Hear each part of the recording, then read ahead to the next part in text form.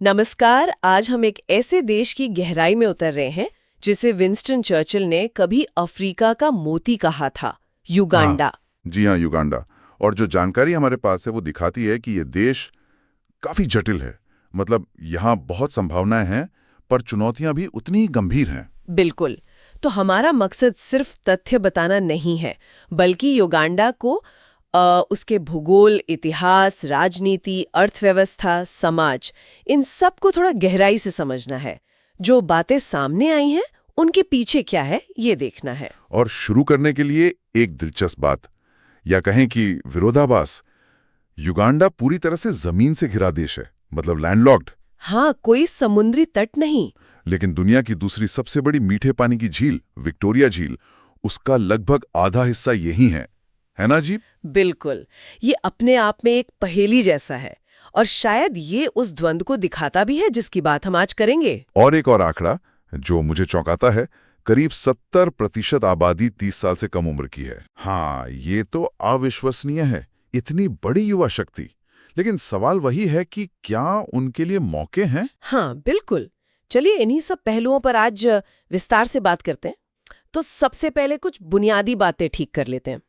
Uganda पूर्वी Africa में है, बिल्कुल भूमध्य रेखा पर। जी, पड़ोसी देशों में केन्या, दक्षिण सुडान, डीआरसी यानी कॉन्गो, रवांडा और तंजानिया है। राजधानी कंपाला है, जो विक्टोरिया झील के पास ही है। आबादी करीब 4 करोड़ 80 लाख। हाँ, और काफी तेजी से बढ़ रही है ये आबादी। अच्छा। और भाषाएं हम्म। अंग्रेजी और स्वाहिली आधिकारिक हैं, लेकिन मैंने सुना है लुगांडा ज्यादा चलती है। हाँ, अंग्रेजी और स्वाहिली तो ऑफिशियल हैं, पर आम जिंदगी में लुगांडा और कई दूसरी स्थानीय भाषाएं ज्यादा बोली जाती हैं। करेंसी युगांडा शिलिंग है, UGX। ठीक है। अब थोड़ा इतिहास देखें। ये ब्रिटिश कॉलोनी था, है ना? 1962 में आजादी मिली। जी, 19वीं सदी के आखिर में ब्रिटिश प्रोटेक्टोरेट बना और 1962 में स्वतंत्र हुआ। लेकिन आजादी के बाद का रास्ता आसान नहीं था। नहीं, बिल्कुल नहीं। और यहीं पर बात थोड़ी उलझ जाती है। 1971 में जनरल ईदी अमीन। हाँ, ईदी अमीन, मिल्टन ओबोटे की सरकार का तख्ता पलट करके वो सत्ता में आए, और उनका जो 8 साल का शासन था। उफ, वो तो बहुत ही भयानक माना जाता है। क्रूरता, मानवाधिकारों का हनन। बिल्कुल। आर्थिक पतन भी हुआ। कहा जाता है कि लाखों लोग मारे गए और एशियाई समुदाय को देश से निकाल दिया गया, जिसका अर्थव्यवस्था पर बहुत बुरा असर पड़ा। हाँ, मैंने पढ़ा है इसके बारे में। वो दौर तो एक काला अध्याय है युगांडा के इतिहास में। यकीनन। और उसकी छाया आज भी देश की छवि पर, उसकी राजनीति पर महसूस की जाती है। जो बातें सामने आई हैं वो बताती हैं कि उस दौर की कहानियां आज भी लोगों को याद हैं। अमीन के जाने के बाद भी शांति नहीं आई शायद। नहीं, उसके बाद भी अस्थिरता और गृहयुद्ध का दौर चला।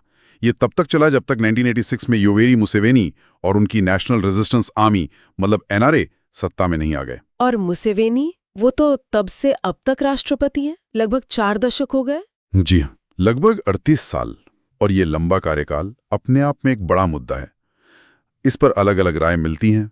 हाँ, एक तरफ तो कहा जाता है कि उन्होंने देश को स्थिरता दी, ईदी अमीन और उसके बाद के गृह युद्धों की अराजकता से बाहर निकाला, शुरू में कुछ आर्थिक सुधार भी किए। बिल्कुल, ये उनके समर्थकों का या कुछ विश्लेषकों का तर्क है। स्थिरता तो आई, इसमें कोई शक नहीं, लेकिन इसका दूसरा पहलू भी है जो ज्यादा चिंताजनक है। और वो क्या है? वो है लोकतांत्रिक संस्थाओं का कमजोर होना। कई स्रोत बताते हैं कि उनके लंबे शासन में विपक्ष को दबाया गया है, संविधान में बदलाव किए गए, खासकर राष्ट्रपति पद की अवधि सीमा हटाने के लिए। विपक्ष के नेताओं, खासकर बॉबी वाइन जैसे जो युवा हैं और लोकप्रिय भी, उनकी रैलियों पर रोक, कार्यकर्ताओं की गिरफ्तारी, चुनावों में धांधली के आरोप, ये सब आम बातें बताई जाती हैं। बॉबी वाइन वो म्यूजिशियन से नेता बने हैं ना? हाँ, वही। तो मानवाधिकार संगठन और कई पश्चिमी देश लगातार चिंता जताते रहे हैं कि युगांडा में अभिव्यक्ति की आज़ादी, प्रेस की स्वतंत्रता, राजनीतिक अधिकार, ये सब सिकुड़ रहे हैं। तो ये एक तरह का तनाव है, स्थिरता बनाम लोकतंत्र। बिल्कुल। सवाल यही उठता है कि क्या स्थिरता की कीमत लोकतंत्र का दमन है? कागज पर तो मल्टी पार्टी प्रेसिडेंशियल सिस्टम है, लेकिन असल में सत्ता एक ही जगह केंद्रित दिखती है। आपने बॉबी वाइन का जिक्र किया, वो युवाओं में काफी लोकप्रिय हैं, ऐसा सुनने में आता है। उनका क्या महत्व इस पूरी तस्वीर में? देखिए, बॉबी वाइन का उभार कई मायनों में अहम है। वो उस विशाल युवा आबादी 70% जो 30 से कम है की आवाज बनते दिखते हैं। ये वो पीढ़ी है जिसने अमीन का दौर या गृह युद्ध नहीं देखा, लेकिन वो आज की बेरोजगारी, भ्रष्टाचार और राजनीतिक घुटन से परेशान है। जानकारी ये भी है कि वो पारंपरिक राजनीति से हटकर सोशल मीडिया, संगीत का इस्तेमाल करते हैं युवाओं तक पहुंचने के लिए। ये मुसेवेनी की पार्टी एनआरएम के लिए एक बड़ी चुनौती है। लेकिन उन्हें दबाया भी जा है, जैसा आपने कहा। हाँ, उन्हें और उनके समर्थकों को जिस तरह की मुश्किलों का सामना करना पड़ा है, गिरफ्तारियां, हिंसा, मीडिया कवरेज न मिलना, वो दिखाता है कि मौजूदा सिस्टम किसी भी गंभीर चुनौती को आसानी से स्वीकार नहीं करेगा। तो ये सवाल उठता है कि क्या युवाओं की उम्मीदों को शांति से राजनीतिक रास्ता मिलेगा? बिल्कुल, ये देश के भविष्य के लिए एक अहम सवाल है। चलिए राजनीति से अब जरा अर्थव्यवस्था की तरफ मुड़ते हैं। स्रोत बताते हैं कि उगांडा की इकोनॉमी आज भी काफी हद तक खेती पर निर्भर है। हाँ, बिल्कुल, कृषि ही रीढ़ है। लगभग 70% लोग इसी में लगे हुए हैं। कॉफी सबसे महत्वपूर्ण एक्सपोर्ट आइटम है। युगांडा दुनिया के बड़े कॉफी उत्पादकों में से है। कॉफी के अलावा चाय, कपास, तंबाकू, केले को वहां मोटोके कहते हैं, वो मुख्य भोजन भी है। मक्का, गन्ना, ये सब भी होता है। लेकिन सिर्फ खेती पर निर्भर रहना तो जोखिम भरा हो सकता है। बहुत ज्यादा। स्रोत इसी बात पर जोर देते हैं। सबसे बड़ा जोखिम तो है जलवायु परिवर्तन और मौसम का। कभी सूखा, कभी बहुत ज्यादा बारिश, फसलें बर्बाद हो जाती हैं। हाँ, ये तो है। दूसरा, कॉफी जैसी चीजों के दाम दुनिया के बाजार में घटते बढ़ते रहते हैं। उसका सीधा असर युगांडा की कमाई पर पड़ता है।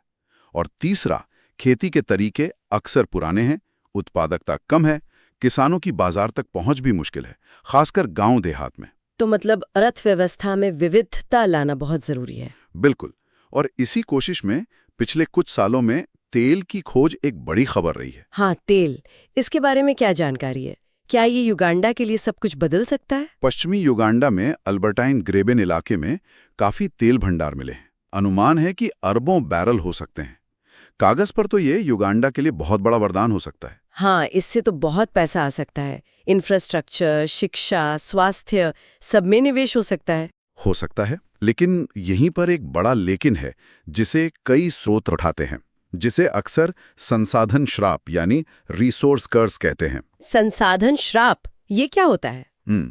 इसका मतलब है कि जिन देशों में प्राकृतिक संसाधन, खासकर तेल, बहुत ज्यादा होते हैं, वो देश कई बार भ्रष्टाचार, कुशासन, सामाजिक तनाव बढ़ना और दूसरे सेक्टर जैसे खेती या मैन्युफैक्चरिंग की अनदेखी, इन चीजों का शिकार हो जाते हैं। अच्छा। तो चिंता यही जताई जाती है कि क्या युगांडा में वो पारदर्शिता और मजबूत संस्थाएं हैं जो ये पक्का कर सकें कि तेल से आने वाला पैसा देश के विकास में लगे, न कि कुछ खास लोगों की जेब में जाए। और पर्यावरण का मुद्दा भी होगा। हाँ, बिल्कुल, खासकर उन इलाकों में जहां का इकोसिस्टम बहुत नाजुक है। तो तेल एक मौका जरूर है, पर इसके साथ बहुत बड़ी चुनौतियां और जोखिम जुड़े हैं। तेल के अलावा अर्थव्यवस्था में कोई और उम्मीद की किरण? पर्यटन का नाम भी आता है अक्सर। हाँ, टूरिज्म जरूर एक अहम सेक्टर है और बढ़ भी रहा है। युगांडा अपनी कुदरती खूबसूरती के लिए मशहूर है, झीलें, पहाड़, नेशनल पार्क। लेकिन सबसे बड़ा आकर्षण, जैसा कि स्रोत बताते हैं, वो हैं पहाड़ी गोरिल्ला, माउंटेन गोरिल्लास। ओहो, हाँ, वो तो बहुत कम जगहों पर मिलते हैं। बिल्कुल, युगांडा दुनिया की उन गिनी चुनी जगहों में से है जहां इन दुर्लभ जीवों को उनके घर में देखा जा सकता है, खासकर बिंडी इम्पेनिट्रेबल नेशनल पार्क और मगाहिंगा गोरिल्ला नेशनल पार्क में। गोरिल्ला ट्रैकिंग काफी महंगा होता है शायद। हाँ, ये हाई वैल्यू टूरिज्म है। इससे अच्छी खासी विदेशी मुद्रा आती है और लोकल लोगों को भी कमाई होती है। इसके अलावा wild life safari, bird watching, cultural tourism, इनकी भी काफी संभावना है। पर हाँ, टूरिज्म भी देश के हालात, मतलब स्थिरता और सुरक्षा पर बहुत निर्भर करता है। सही कहा। और ये हमें युगांडा के भूगोल और पर्यावरण पर ले आता है। अफ्रीका का मोती नाम शायद इसी खूबसूरती की वजह से पड़ा होगा। लगता तो यही है। युगांडा का भूगोल वाकई बहुत विविध और शानदार है। पश्चिम में रुएंजेरोरी पर्वत हैं, जिन्हें चांद के पहाड़ भी कहते हैं। बर्फ से ढकी चोटियां हैं वहां। वाह। पूर्व में माउंट एल्गोन है, एक बहुत बड़ा पुराना ज्वालामुखी। और जैसा हमने कहा, विक्टोरिया झील तो है ही, साथ में कयोगा, एडवर्ड, अल्बर्ट जैसी और भी बड़ी झीलें हैं। नील नदी का स्रोत भी यहीं विक्टोरिया झील से माना जाता है। जंगल, सवाना घास के मैदान, मतलब जैव विविधता भी खूब होगी। बहुत समृद्ध।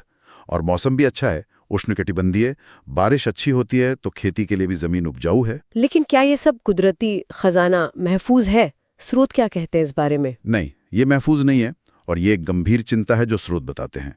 आबादी बढ़ रही है, खेती के लिए जमीन चाहिए, लकड़ी की मांग बढ़ रही है। इन सब की वजह से जंगलों की कटाई एक बड़ी समस्या है। ओह, इससे न सिर्फ बायोडाइवर्सिटी खत्म हो रही है, बल्कि मिट्टी का कटाव हो रहा है, पानी के स्रोतों पर असर पड़ रहा है। जो वेटलैंड्स हैं, दलदली जमीनें, उन्हें खेती या बसावट के लिए सुखाया जा रहा है। शहरों में प्रदूषण भी होगा। हाँ, खासकर कंपाला जैसे शहरों में हवा और पानी का प्रदूषण बढ़ रहा है। और फिर जलवायु परिवर्तन का असर तो है ही, बारिश का पैटर्न बदलना, तापमान बढ़ना, ये सब खेती और पानी के लिए खतरा है। इन पर्यावरणीय चुनौतियों से निपटना बहुत जरूरी है युगांडा के भविष्य के लिए। पर्यावरण से आगे बढ़ते हैं, समाज और संस्कृति की बात करते हैं। सुना है बहुत विविधता है वहाँ। हाँ, विविधता युगांडा की पहचान का एक अहम हिस्सा है। यहाँ 50 से ज्यादा अलग अलग जातीय समूह रहते हैं। 50 से ज्यादा? जी।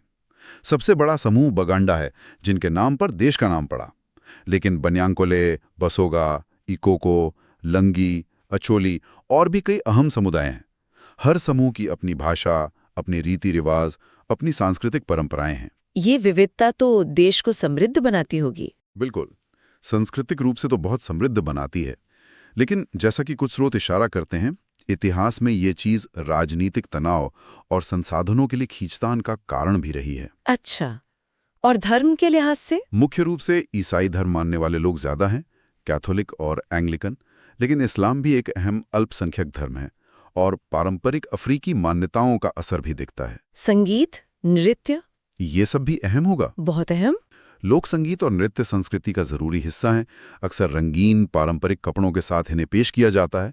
लेकिन समाज के बारे में जो बात सबसे ज्यादा ध्यान खींचती है, वो है उसकी अविश्वसनीय युवा आबादी। हाँ, वही 70% लोग 30 से कम के। इसका समाज पर क्या असर पड़ता होगा? देखिए, ये एक जबरदस्त सामाजिक और आर्थिक ताकत है, लेकिन साथ ही एक बहुत बड़ी चुनौती भी है। चुनौती कैसे? स्रोत बताते हैं कि ये युवा पीढ़ी पहले की पीढ़ियों से ज्यादा पढ़ी लिखी है, दुनिया से ज्यादा जुड़ी हुई है, मोबाइल फोन, इंटरनेट वगैरह की वजह से।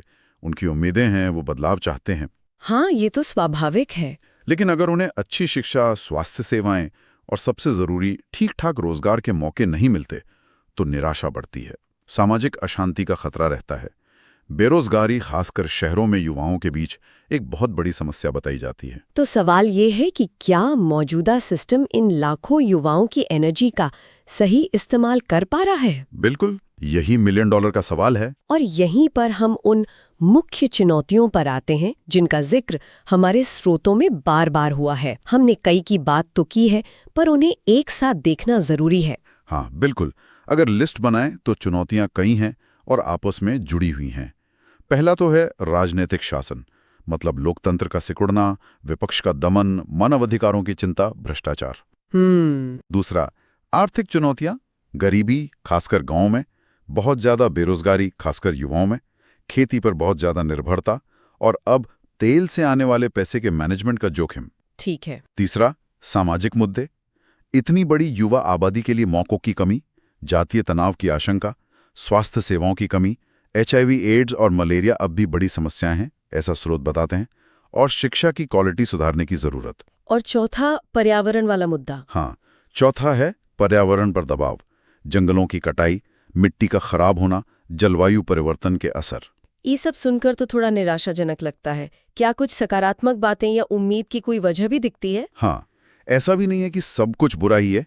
देखिए, स्थिरता भले ही वो थोड़ी तानाशाही वाली लगे, उसने देश को बड़े पैमाने पर होने वाले हिंसक संघर्षों से कुछ हद तक बचाया है, जो हमने इस इलाके के कुछ दूसरे देशों में देखे हैं। हाँ, ये बात तो है। फिर वो युवा आबादी, अगर उन्हें सही मौके मिलें तो वो इनोवेशन और विकास का इंजन बन सकती है।